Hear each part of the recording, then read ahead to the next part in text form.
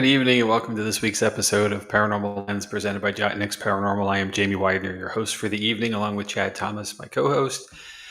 Mr. Thomas, sir, how are you? I'm good, Jamie. How are you? I don't know.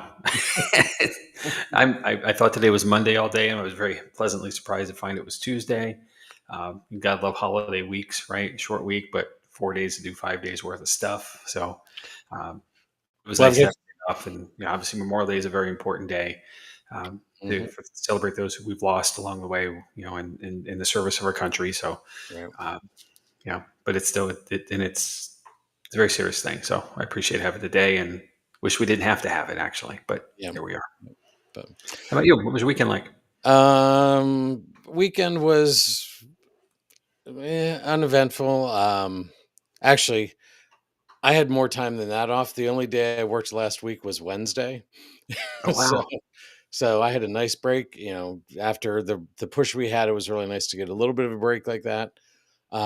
Spent some time at my dad's. We actually had a family get together for my uncle who had passed away a couple months ago in the middle of winter. It was just nice to get together and see family, some that I'd never met, and see his friends, and nice picnic in a park, and just to celebrate that. And it was just a nice thing. And spend some more time with my dad, my brother and sister, and right. yeah. Very cool. Then Did you guys it's swap stories for your upcoming episode? no. Yeah, I've got that list pretty. It's a pretty established list. All right, all So, right. Just checking. yep. So, Hey, if so, we're of a certain age, uh-huh. okay? So when I hear family gatherings or picnic at the park, you know, I think of two key things have to be there. One is deviled eggs, right? Uh-huh. The other is what I call Waldorf salad, which is like pistachio jello in whipped cream with like pineapple and Uh-huh. cherries, stuff like that. Like that was like every event we ever had when I was growing up with those two things. And honestly, when I was younger, I could eat them both, and not feel like I was going to die. Now I probably would. Eggs and whipped cream, Right. Jello, and all that junk together. Yeah. At least that's so slightly healthy. Yeah. Oh my gosh, Well, back in the day, I'm gonna disappoint you, Jamie. We had neither of those there. what the what? But Oh my, we had one of the things in our family is my mom used to make a sloppy Joe barbecue, and I made that. I And know my that recipe. and Yep, my uncle loved Kentucky Fried Chicken, so several people brought Kentucky Fried Chicken. So perfect. that's all you need, the things that are important to the family. So Yeah, and so those are also picnic staples, so uh-huh. you So can't go wrong. so anyway, Bert, good to see you joining us. Thank you. Bert, good evening. So, but anyway, we're not here to talk about picnics, Jamie, Well, or walks in the park. Maybe. well, maybe. No, we're not. We're not. So tonight is my episode. And I guess we had a cover slide that was correct this week. So we know we know that tonight we're going to talk about Men in Black. So let's dig in. Okay. Um, so for most of us, our knowledge of Men in Black starts back in 1997 with the release of the film Men in Black, starring Will Smith and Tommy Lee Jones as secret agents working to police and monitor alien interactions on Earth. The film is about an age old odd couple pairing of a grizzled veteran and an upstart newbie who thinks he knows more than his experience allows him. After a comedic training and get to know you period, a villain arrives and threatens the world. And, spoiler alert, the Men in Black go on to save the day and Yep. do so again and again through three sequels. Sound familiar? Yep. All right, that's my episode. Good night, everybody. No. Your homework is to watch the movies. That's it. No, there's actually a lot more to this, and from the world of entertainment, what we see in films usually comes from something in print, right? Right. Usually first. So, for those who enjoy comics, you know that The Men in Black was originally a comic book series written by Lowell Cunningham and first published in 1990 under Aircell Comics, which went on to be bought by Malibu Comics and eventually by some company called Marvel Comics. You ever hear of them, Yeah. Chad? Maybe. Maybe. Yeah, I don't know. I hear they have a chance to make it. While there was originally only a 3-book run, I think it's safe to say that the comic left an impression. Here's the plot from the original comic series. The Men in Black is an international agency which oversees and investigates both good and evil paranormal activity on Earth, including alien life, demons, mutants, zombies, werewolves, vampires, legendary creatures, and other paranormal beings. In order to keep their investigation secret, much of the global population are unaware of their activities and are liable to be neutralized to blank their memory of any interaction with the agents or the phenomenon connected to them. That sounds familiar, right? From the movies? Yep. Hmm. Okay. Notable members include Z, K, J, and X. X later becomes a rogue agent after learning that the MIB, Men in Black, seeks to keep the supernatural hidden in order to manipulate and reshape the world in their own image. An agent may use any means necessary, including death and destruction, to accomplish a mission. Agents sever all ties with their former selves, and thanks to the neutralizer, as far as the world is concerned, they do not exist. So, there are a few differences between the comics and the films. Most notably, the direct focus of the films is on extraterrestrial activities and not the power or supernatural elements. Hmm. The films use memory erasure instead of killing witnesses. True. Yep. Seems probably a good thing, right? Yep. In the films, the goal is to maintain order on Earth instead of directing it into their image. And the comics are very dark, where the films went to a comedic tone. As the old saying goes, truth is stranger than fiction. Let's see if that's the case with Men in Black. Let's dig in a little deeper. Okay. Wow. Now, when I see Heather's here. Good evening, Heather. Yeah, no deviled eggs, right? I know. It's un-American. Or is it? I don't know. Where are deviled eggs from, by the way? Huh? I don't. That's a side project. All right. So, in 1952, Albert K. Bender of Bridgeport, Connecticut, formed the International Flying Saucer Bureau, or IFSB, which you may have likely never heard of because while meeting immediate success, it was abruptly shut down the following year. Shortly after the shutdown, Bender shared that 3 men in black suits had imparted on him the true meaning to the UFO mysteries, which turned his life into a nightmare. Bender would say no more on this, and no more details are available. 3 years later, an IFSB associate of Bender's named Gray Barker wrote a book called They Knew Too Much About Flying Saucers. In the book, the first mention of Men in Black made it to print. According to Barker, Men in Black were found at UFO sightings as far away as Australia, scaring UFO buffs into silence over what they had seen. Through the years, the Men in Black tales had become a part of American folklore. The speculation of who the Men in Black were expanded to include them actually being aliens themselves, and like any good story, it took a life of its own. In the mid to late 1980s, conspiracy theories of aliens working with secret societies started with goals of aliens colonizing Earth, creating superhumans, and more began to come forward. Some may say this is the catalyst for Fox's The X-Files that premiered in 1993. After all, aliens were the core of the show's 11 seasons and 2 feature films, and the reboot. So, I thought I'd step back here a second. And, one of the things that's prominent with Men in Black is UFOs, right? At least the way we know them in the current mainstream. So, considering all of this started with UFO sightings, I was curious to see how UFO sightings are officially investigated and verified. And I found this happens through a combination of eyewitness reports, radar data, video or photographic evidence, and in some cases, physical traces left at the sighting location. Investigations may involve government or military officials, aviation experts, and ufologists. Credible sightings often undergo rigorous scrutiny to rule out conventional explanations such as aircraft, weather phenomena, or celestial objects. Just for some reference, here are some of the most documented and generally considered legitimate UFO sightings in recent history. The Hudson Valley UFO wave. Between 1982 and 1986, around 5,000 eyewitnesses reported seeing V-shaped UFOs with multicolored lights flying near the Hudson Valley, just 1 hour north of New York City. The first sighting was made on New Year's Eve in 1982 by a retired police officer in Kent, New York. The former officer initially thought he was observing an airplane. When the craft passed above his home, he realized it was moving far too slowly and quietly to be an airplane. While most of the eyewitnesses described a slow moving V shaped UFO, other reports said the object appeared to be circular and capable of moving at fantastic speeds or disappearing altogether. During one sighting, the UFO hovered about 30 feet above the Indian Point nuclear plant. The security supervisor was considering shooting the craft down before it disappeared from sight. Despite eyewitness reports and photographic evidence, the phenomenon was never properly explained.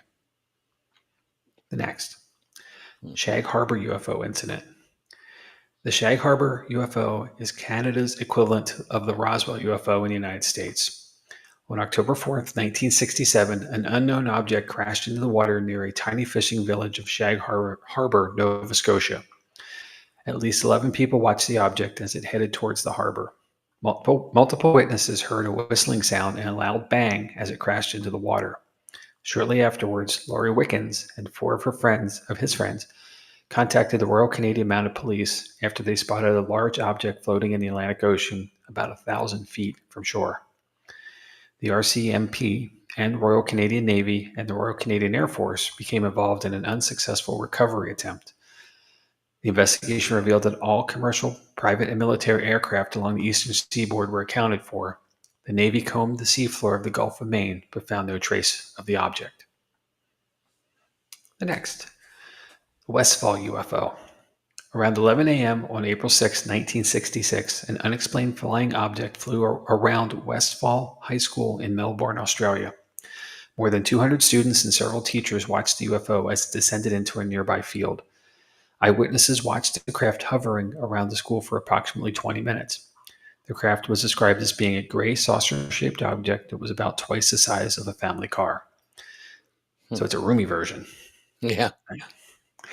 There were no commercial, private, or Royal Australian Air Force planes in the area at that time. It was suggested that a weather balloon may have been responsible for the confusion, but eyewitnesses quickly dismissed that explanation.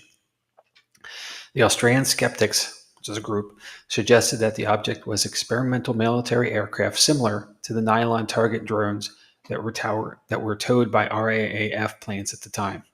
But the Air Force reported that they were not in the airspace at the time of the incident.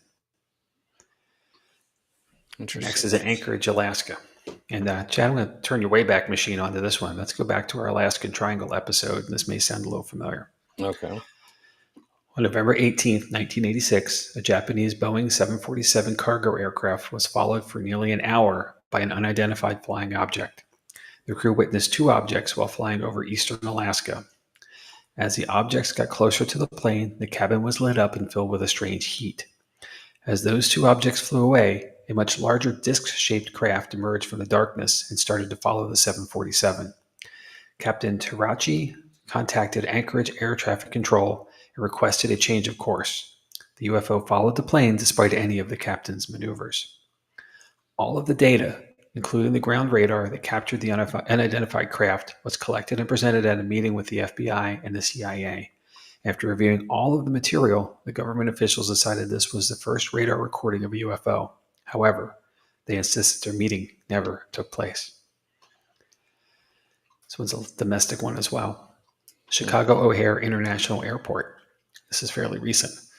On November 7, 2006, a metallic silver-shaped craft was seen hovering over the O'Hare International Airport in Chicago. John Hilkovich from the Chicago Tribune reportedly said, the disc was visible for approximately 2 minutes and was seen by close to a dozen United Airlines employees, ranging from pilots to supervisors. The object apparently shot straight up and carved a visible circular hole through the clouds. The Federal Aviation Administration initially claimed that they didn't have any information about the sighting. The Chicago Tribune then filed a Freedom of Information Act request, which uncovered recorded conversations concerning the UFO. The FAA suggested that the sighting was the result of a weather phenomenon called a hole punch cloud, but the temperatures that day make this explanation impossible. Then the FAA said that the airport lights were responsible for the sighting, but the lights hadn't been turned on yet. A proper investigation was never conducted. Next, the Alderney UFO sighting. Captain Ray Bowyer was flying a routine 45-minute flight from Southampton, England on December 23, 2007, when he and his passengers saw two UFOs as they approached Aldermere. The Jersey Airport Radar Control recorded the two large yellow cigar-shaped objects for over 55 minutes. Another pilot flying a plane near Sark also confirmed the presence and location of these mysterious crafts. BBC Radio Guernsey also reported that visitors at the hotel in Sark had noticed and inquired about the bright yellow objects in the sky. During an address to the UN's National Press Club on November 12, 2007, Captain Bowyer said, "The British Civil Aviation Authority knew within 20 minutes of the sighting what was seen, as described in a flight log, and faxed directly to the relevant CAA office.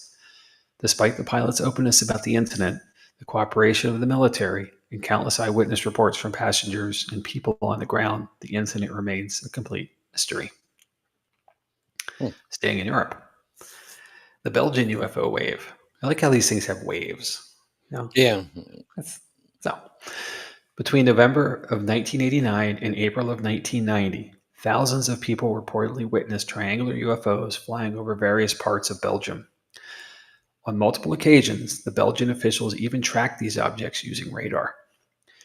During the evening of March 30, 1990, an estimated 13,500 people watched as the UFOs were chased by two F-16s.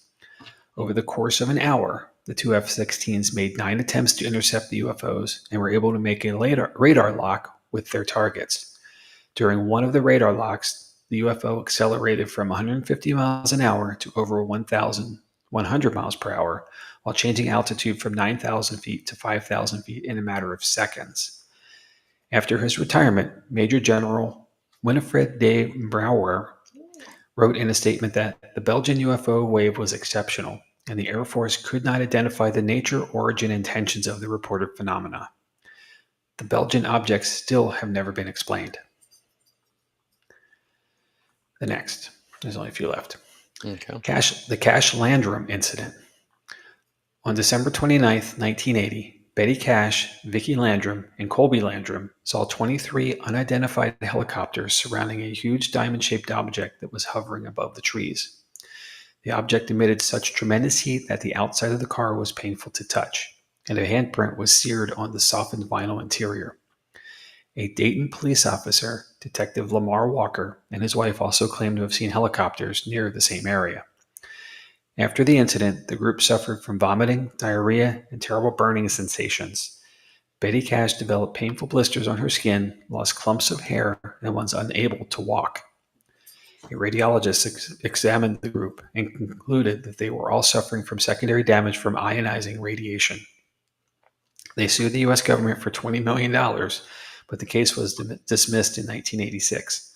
Some people still believe that the government covered up its involvement in the incident.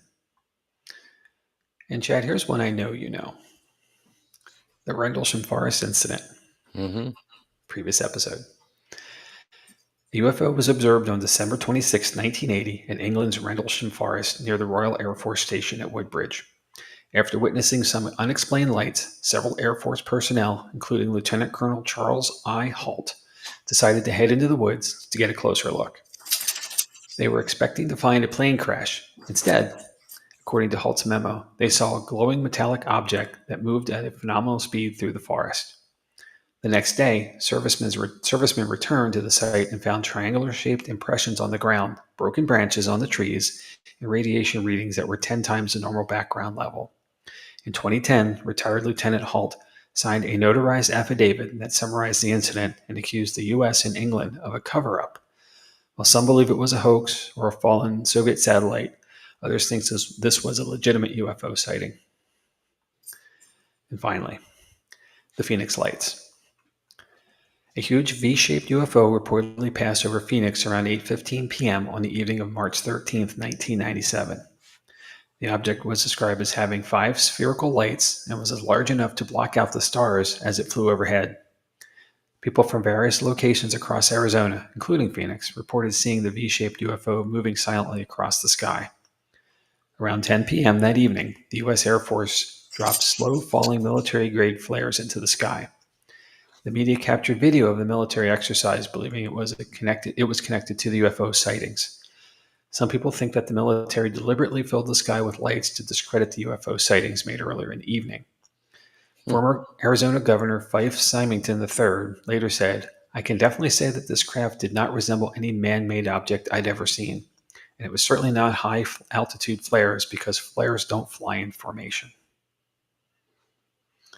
So, saying a lot of that to say, given the advancements in camera and video technology to capture perceived UFO activity and the speed at which we can upload content to the internet, I would bet that Men in Black have had a hard time keeping up with all of this. This may explain why we have seen such a sharp increase in the volume of sightings, and even why the US government is now willing to share its own collection of sightings over the last few years. So, what could this be? Let's take a look at the government's early involvement with UFOs. And I want to point out that most of this is done through the United States Air Force, which was officially formed in 1947, where most of the documented records begin. Mhm. So, first, in 1947, there was Project Sign. The project tried to explain several military reported UFO sightings and determine if they were extraterrestrial in origin, while also considering potential threats to national security, especially related to possible espionage by the Soviet Union. This is the Cold War. All right. Project lasted December of 1947 to February, of 1949, and investigated 243 sightings. Now, along with that came Project Grudge. Great name, by the way, Grudge. And I couldn't find it was an acronym or not. I'm hoping it is, but it's still pretty cool. The project was a scaled down version of Project Sign and explored 243 additional sightings before giving way to Project Blue Book, which I think we've all heard of. Mm-hmm. And Project Blue Book itself, running from 1952 to 1969, the project is the longest running known program to get dedicated to investigating UFOs. The project generated controversy because of its subject matter and the secrecy surrounding its operation. Project Blue Book investigated 12,618 sightings, and officially 701 of them remain labeled as unidentified. The others were deemed aircraft, weather balloons, the usual Right.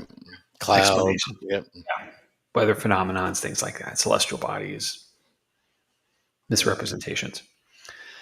Officially, no physical evidence of extraterrestrial origin was collected during this project. And the entire project was declassified in 1976, along with Project Sign and Project Grudge, and can be found at the National Archives building in Washington, D.C. for viewing. So, while the government may have had a genuine interest in UFOs, they also had a direct hand in propagating the aura and mystique around them. During my research, I came across a very interesting documentary called Mirage Men from 2013 that presents evidence, including the admission from an Air Force Office of Special Investigation officer, that the U.S. government intentionally spread information about UFO sightings and activities to deflect attention away from classified military projects in at least the 1980s and 1990s. A simple explanation for this would be that even though the stories were always a weather balloon, a real aircraft, some celestial body, or a natural phenomenon, many times people actually saw military test flights and launches. By keeping tabs on the various UFO organizations, the government would control the narrative around these activities and know the players involved to keep out foreign operatives seeking to infiltrate the same groups hoping to capture our top secret military information. Right. So think about that for a second. So to kind of wrap up, to me, the possibility of Men in Black being real is just a bit out of my ability to find plausible. I find it hard to accept that some mysterious shadow agency with otherworldly equipment and weapons far beyond their abilities to create are out there covering up UFO sightings and encounters. I believe the Men in Black are a well-orchestrated tale that has grown from an effort of deception into a folklore that will be with us for a very, very long time. Also, I highly recommend watching the documentary Mirage Men to form your own opinion. It's available on Amazon Prime and has just an hour and 27-minute runtime. It's pretty easy to digest. Okay. So let's cite some sources and discuss. So iflscience.com, howstuffworks.com /space/aliens-UFOs, Britannica.com/topic/Project Blue Book, reference number 1329386, TheGuardian.com, and the Mirage Men documentary. Chad, I've said a lot of stuff in a short amount of time, right? Uh-huh. So, and it's, to me, I'll start this. So, to me, I really believe Men in Black, while entertaining films and a really dark comic series, is really just a bit of folklore that we have allowed to expand and grow. And, you know, and knowing that the government's on the back end in a lot of ways, it certainly doesn't seem strange that they would come to investigate, especially when they wanted to have a hand in controlling the narrative. And I think Right. that's the important part of this. You know, part of it is intimidation. You know, a bunch of dudes showing up in suits. You know, they are official looking. They're not answering questions. They're just, trying to control again the narrative. Uh, and the infiltration of the various groups. As soon as they found someone, and it's in the documentary. There's actually an officer, from the Air Force Office of Special Investigation, who described how he would select a person to target and the efforts that he made with that. And one of the cases that one of the individuals actually gave a speech at one of the large UFO conventions in Las Vegas, um, explaining that a lot of this is all just a hoax, and it's fascinating, because then you don't know what to believe.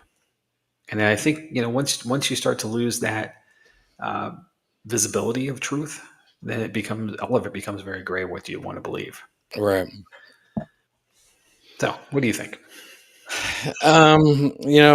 I think, yeah, a secret organization of people hiding something. No, I don't think that's what it is. I think it is researchers. Because when we talked about the Rendlesham Forest incident, I don't know if you remember or not, but there were two men who showed up in suits Yep. who did investigate, ask a lot of questions. They went to the forest workers who were in the area and asked questions and all that. So there are, I think there's researchers out there. Um, One term that you used I had never heard of, which was hole punch clouds.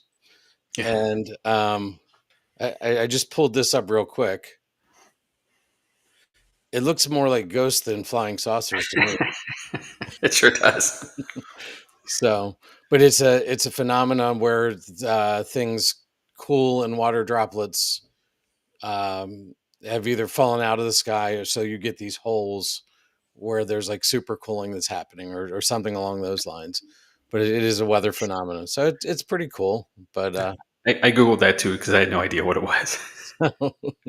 so yeah, but yeah, interesting. But is there a secret organization? I think it's folklore. I think it's stories. I think it's media.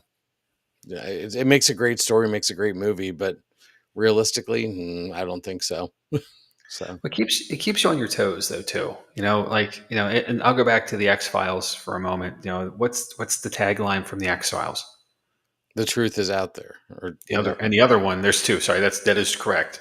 Not challenging that, but what's the other one? Trust no one. trust no one.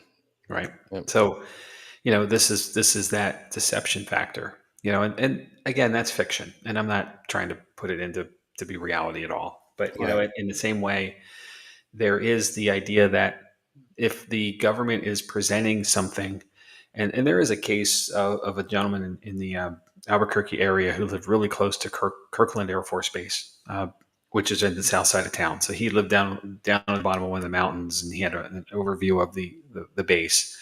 And he Hmm. would set up cameras, and of curiosity, he would set up cameras. He has a ham radio operator. He caught radio signals, but he was seeing strange lights, and then he would take it to the base and report it. And that's how the Air Force became aware of him. And this is documented in the Mirage Men, so you can see all of this. The government then assigned an operative to work with him to give him just enough information to think what he's seeing is something alien, versus the fact that they were actually test flights and other launches of equipment and training materials and things that we were doing. Right. This is in the era of the 880s 90s when like stealth bombers were coming out. you know Right. So, we're better to test flight these things in the middle of nowhere. I mean, Albuquerque's not the middle of nowhere, don't get me wrong, but if you head Right. south away from, and southwest specifically, you start to get out in the middle of nowhere. Right. Northern part of the state, you start getting up in like the Farmington area. There's nothing up there, and they were using that area. There was actually, they commented there was a commando training base there, and this fellow was a pilot, so he would fly over the area and then see activity or see things that he couldn't explain. So they would tell him it was a crash, but it really was a military installation or a base, Right. that wasn't supposed to be known. So, here you take that. Where do you draw the line of trust? Right. When someone from your leadership, which is your government in this case, an operative who has identified himself as such. He's not clandestine. He's not hiding it. He's fully saying who he is, what his full name is, what branch he's with, what his title is. Hmm. He's telling this guy stuff that is leading him away from the truth and into a whole other thing. And unfortunately, this fellow pretty much went bonkers off of this. Right. And a very, very bad mental health breakdown happened because of it, because of an Right. obsession. Right. And you don't know that personality type going into it. So, he's just playing the playbook to tell him the things he's telling him the operative is. But that's where you have to kind of draw the line. And eventually, at least the operative claims he came clean and told him not to go anymore with this. It's it's not worth it. Right. There's nothing to it, that stuff. But by that point, he was so far gone that it was past the point of return. Hmm. So, So the is point of the no return. right. So it was the typical illusionist. Look here. Look at what I've got going on here, so you don't see what's really happening over Yep. here. Yep. I, So I I prefer the term swerve, right. but exactly that, Yeah. and it is, how many times do we think that is what's going on? We are told when there was a sighting that it was a weather balloon or it was a this or it was a that, and the reality is it was probably some of our equipment and tech being tested and utilized in flight, Hmm. in some launching. But however, here's where it goes to, I want to believe, do you want to believe that it was that possibly because that's rational, or Right. do you want to believe that it's some kind of extraterrestrial thing, Right. and that's where you have to make your choices. Hmm. And there are a lot of groups out there. There's a whole lot of organizations that are dedicated to the skies, and the things Right. that come from it.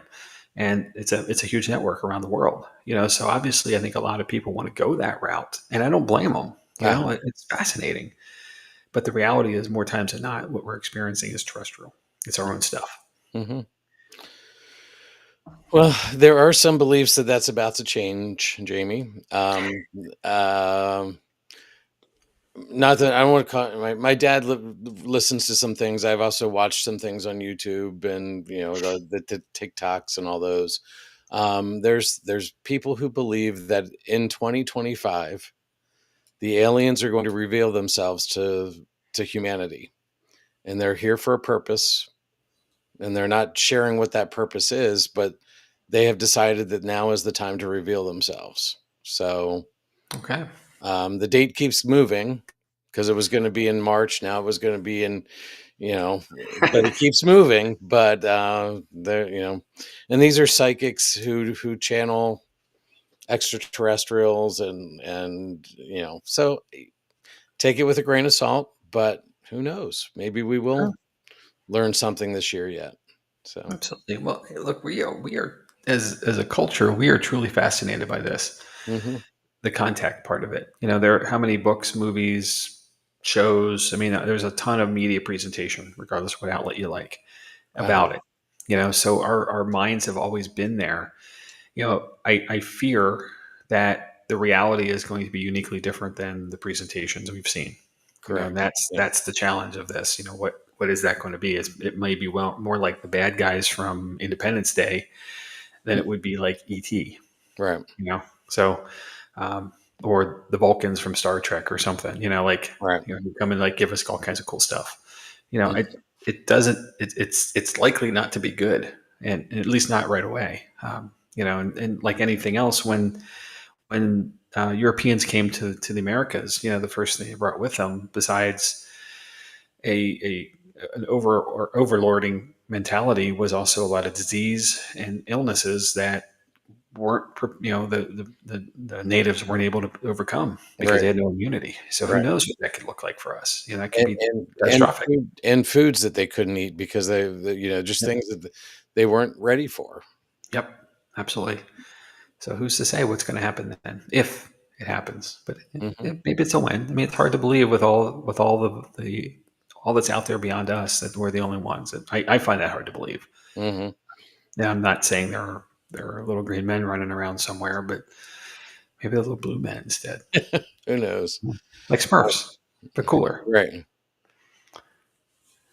So, oh yeah. Well, sorry, Bert. That figure. Bert's comment for those listening. That figures. As soon as Heather and I get all set for retirement, aliens. So, and Bert had a comment earlier, Jamie. Maybe the shadow figures are actually men in black. Maybe, Uh-huh. maybe. That's And entirely our possible. friend Chris Mendez joined in for a Hey, little Chris. while. So um, What's I, up to you, sir? I forget. Dad was watching one of those shows about space and things yesterday, and one of the things that they talked about was, we've beamed a signal out to somewhere, and it was, it's going to catch up to one of the spacecraft that we've launched eventually, and then it's going to continue on into infinity. And it's like, well, Right, how do we know it's going to continue on to infinity? It might bounce off something, like it may hit right. something, like we don't know. So. Yeah. Well, it's the objects remain in motion, remain in motion. Uh-huh. Until something resists it. So, Mhm. it certainly is going to eventually. I think it's going to hit something. The Right, odds are there. Some right, celestial body, planet, sun, moon, whatever, right. asteroids. But or maybe just maybe another ship. Yep. So, So so who knows? well, I want to say this didn't go where I thought it would, and I really wanted there to be some. I can get down a Reddit rabbit hole here very quickly. Uh-huh. Of Men in Black. I really could, but that's a lot of fiction. And there just isn't much documentation to have validity to say that this is something real. And the as soon as you turn, sorry, I got it. Yeah. yeah, The- yeah. Speaking of things, this is going to bounce off of that radio wave Bird added, the Death Star. Oh yeah, that's a galaxy far, far away, but a long, long time ago too, sir. So unless there's a third one out there somewhere, we took care. The good guys took care of two of those. I saw the movies. I can prove it. Um, but I lost my train of thought completely on that. Thanks, Bert. Oh my gosh. Um, yeah, gone. It's gone. yeah. That's what happens when you get older, Jamie. You're lucky you're on another screen. I'm punching the wrong way. Um, yeah, I totally lost that. Dang it. So anyway, yeah, it's an interesting topic. You said it was going in a different direction than you thought it would. Well, yeah, and that. Thank you. The idea of the government getting involved really turned it for me, and literally watching the Mirage Men documentary. It's dated because of the era that it was. The evidence was created from, but it's current in the sense of what they're talking about from back in the 2010s. Hmm. So it's not that old. Right. Um, and it apparently won an award somewhere along the way Okay. too. So, but And it's one of those things where, and it's just one piece of information. Don't be wrong. right. I can't use it as gospel, but you know, without more, I can't make it be more. Right. So, and there isn't a whole lot other than someone in a suit showed up, and that could very well be a detective from a police department. Right. You know, it doesn't necessarily have to be something clandestine. So, but once we're ready to see something or, have something happen, we accept that it could be when something does, like someone showing up, we expect it to be the Man in Black then, Right. or something like it at least. Right. And, sometimes it's just a legitimate dude coming home from work in a suit, Hmm. stop by. But Stand Jamie, in the back. if he's using a memory eraser, how are we going to know? That's true. That's very true. I mean, Chad, I back in the '90s, I was an employee of Blockbuster Video. Remember them? yep. Yeah, yeah. Everybody knows, right? Anybody of an age knows this.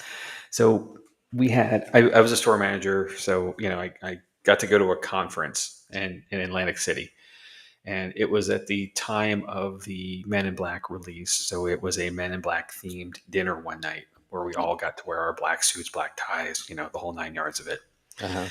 and sunglasses, Ray Bans, Yep. whatever.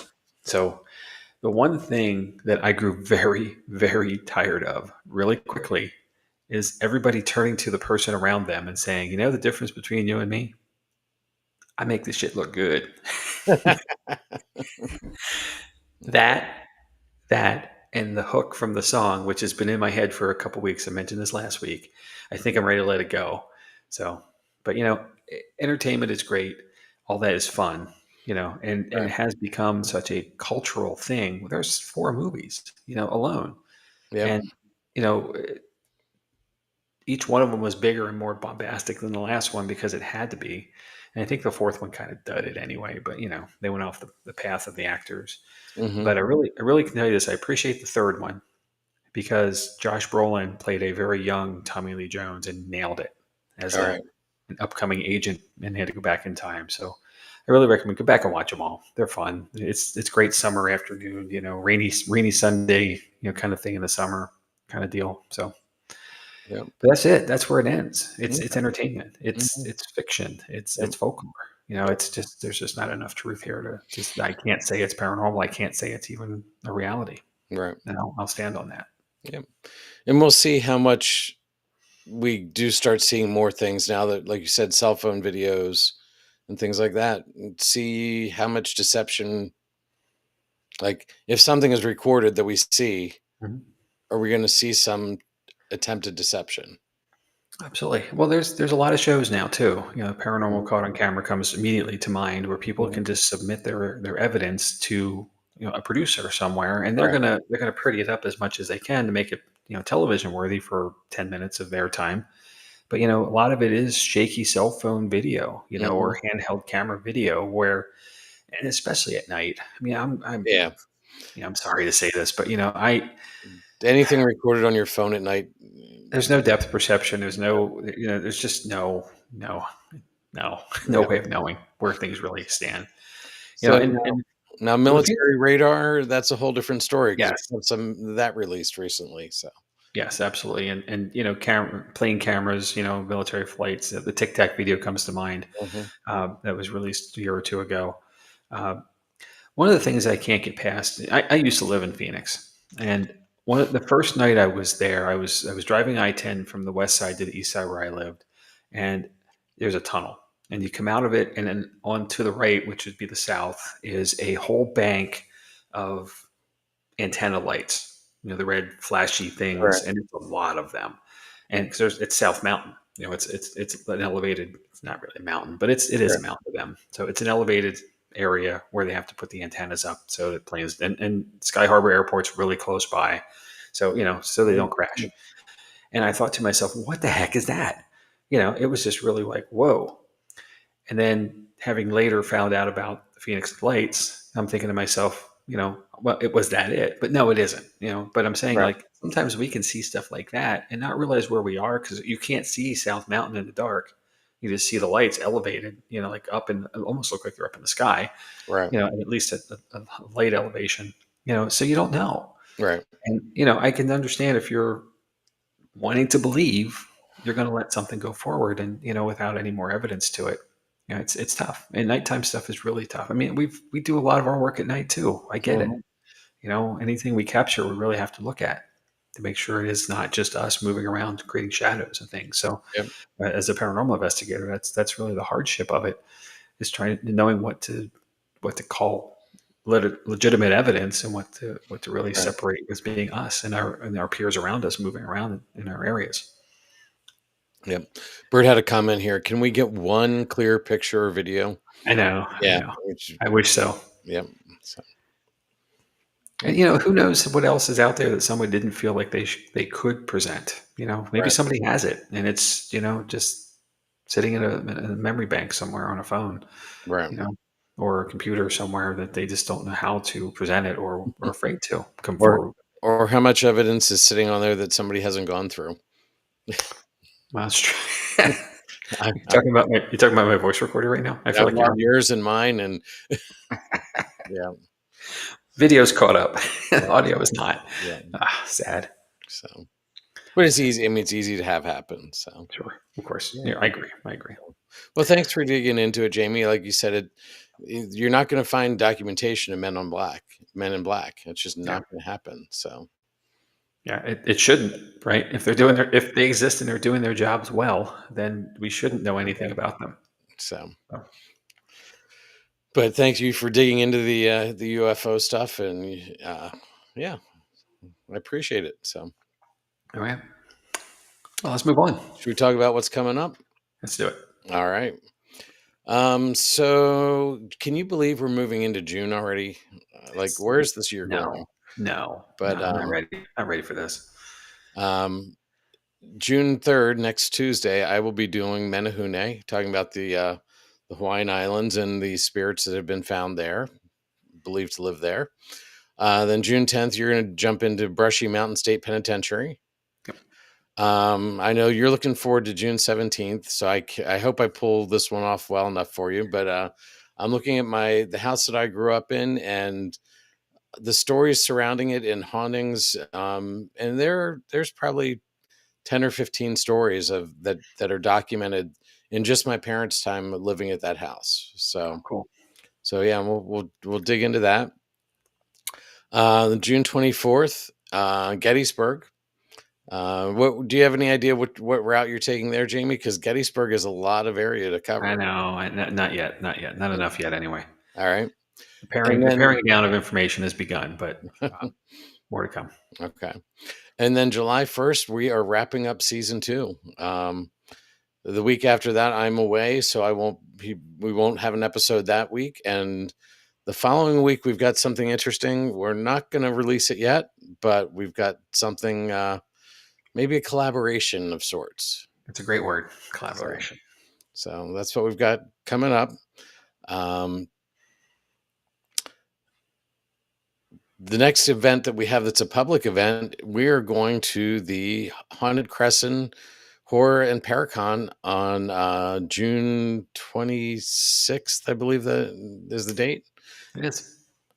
That's going to be an interesting day, 12 to 6 out in Crescent. Looking forward to that trip. And there's going to be an investigation after the Paracon. If you want to get tickets to that event, you can do that. Let's see, coming up for us. Oh, and I jumped this week, Jamie. We've got the Paracon, then July 26th, August 16th, September 27th, October 11th, and October 18th. We were at Booby's Brewery with Public Investigations. Got to follow up on it, but July 26th may be another Para-Unity event. We're not quite sure yet, but that was originally scheduled for that. I agree with Bert here. We've got to do a Gettysburg road trip. Oh yeah. Yeah. So Absolutely. there's quite a few spaces there. There's the orphanage. There's the Cashtown Inn. I'd love just for a bunch of us to rent all the rooms at the Cashtown Inn and just investigate. I think that'd be a great, fun time. Yep, I agree. If we can get my dad out of the house, we could run down to his house and investigate while he's not there. But that'd be hard. Well, we put him in the cash down, and we go to his house. So see, Something like that. So yeah, that's what we've got coming up, and then after that, we've got the website up and running. Like I said, it's still in its infancy. We've got more to put up there, but it's Jott-Nyx paranormal.com. Check it out. You can contact the team through that. If you need a residential, we're even going to be able to set that up through there. If you need us to come out and check out a property, there'll be information, and then somebody can get back in touch with you. As always, our Facebook, you found us here or on YouTube. We've got TikTok and Instagram. And drop us a line at Paranormal Lens Podcast at gmail.com. Let us know what we're doing right, what we're doing wrong, what you want to hear. As Jamie says, we are self-programmed. We can pull things and add things. there's something you want to hear, let us know. Does that mean that Maggie wants to see something? I hear her in the background Maybe there. she's she tried to join in earlier. So, Yeah. and Bert says cash town plan sounds doable. All right. So, A home maybe game, more or maybe less. in the fall, Yeah. So Oh, that's a good idea. nice crisp fall evening out of the cash town inn. Yeah. I like it. All So, right. all right, Jamie. Any other final thoughts? No, no, I'm good. I'm looking forward to Menahune next week. That sounds like a really fun episode, and the listener submission as well. I might note that. So it's again proof that we certainly are willing and able to hop into a topic that you as a listener submit to us or present to us. Always happy to do so, and more we know, the more we do, the more we know, and it expands us as well. So we're happy to. Hmm. Please let us know. I think you put out a request over the last two episodes now. Like, as we get up to the season two wrap up episode, to start getting some feedback from folks about the episodes they enjoyed the most this year, the season. Right. So yeah, obviously that's slowly collecting, but we certainly are still looking for some more submissions there. Just let us know what you think. Maybe your top five or top three even episodes. Yep. I could say your top 50, because that'd be like all of them. That's cool too, right? Uh, yeah. In no particular order. It's as you asked me last week, what are my favorites? I'm like, I like them all. So it's gonna be Right. tough. But it's the same assignment that you gave me as to you as well. Start planning out your top five, and we'll discuss as we get closer to that Yep. in that episode. So Sounds looking good. forward to your feedback, folks. So thank you so much for joining us. This is obviously much more fun when folks come along. So we're happy to have you. We're looking forward to wrapping up season two and jumping into season three shortly. So keep an eye, more to come. All right. Well, on that note, Jamie, I think it's time to say goodnight. We will see everybody next Tuesday. If you catch us normally on the podcast, jump in on a Tuesday night. Join us 9 p.m. Eastern Standard Time, and or I guess we're Eastern Daylight Time right now, whatever it is, Yeah, but correct. Eastern Time. Join us 9 p.m. Tuesday nights on Facebook or YouTube. All right. See y'all soon. Have All a right. great Have a week. great week, everybody. Good night.